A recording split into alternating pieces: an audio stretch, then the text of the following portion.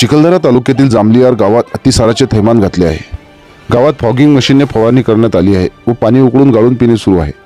परिस्थिती नियंत्रणात आली आहे। तर दुसरीकडे गावात 1.5 कोटी रुपये खर्च करून पाणी पुरवठा योजना कार्यान्वित करण्यात आली, ती योजना कुचकामी ठरली आहे। ठिकठिकाणी लिकेज असल्यामुळे गढूळ पाण्याचा शिरकाव झाला व गावात अतिसाराची लागण झाल्याचा आरोप करण्यात आला आहे। संबंधित कंत्राटदारांनी बेजबाबदारपणे अप्रशिक्षित प्लंबरकडून पाईपलाईन करून घेतल्याने सदर पाईप लिकेज झाले आहे। तिघांच्या मृत्यूला संबंधित जिल्हा परिषद पाणी पुरवठा अधिकारी व कंत्राटदार जबाबदार असल्याचा आरोप उपसरपंच विनायक येवले यांनी केला आहे व तशी तक्रारही मुख्य कार्यपालन अधिकारी यांच्याकडे देणार असल्याची माहिती दिली आहे। सध्या स्थितीत गंभीर असलेल्या रुग्णांपैकी डेंग्यूचे 5 तर चिकनगुन्याचे 3 रुग्ण निघाले आहेत। जांभलियार गावात अतिसाराचे थैमान असतानाच रक्त नमुने तपासणी डेंग्यूचे 5 तर चिकनगुन्याचे 3 रुग्ण आढळून आले आहेत, ज्यामुळे या गावावर आता नवीन संकट आले आहे।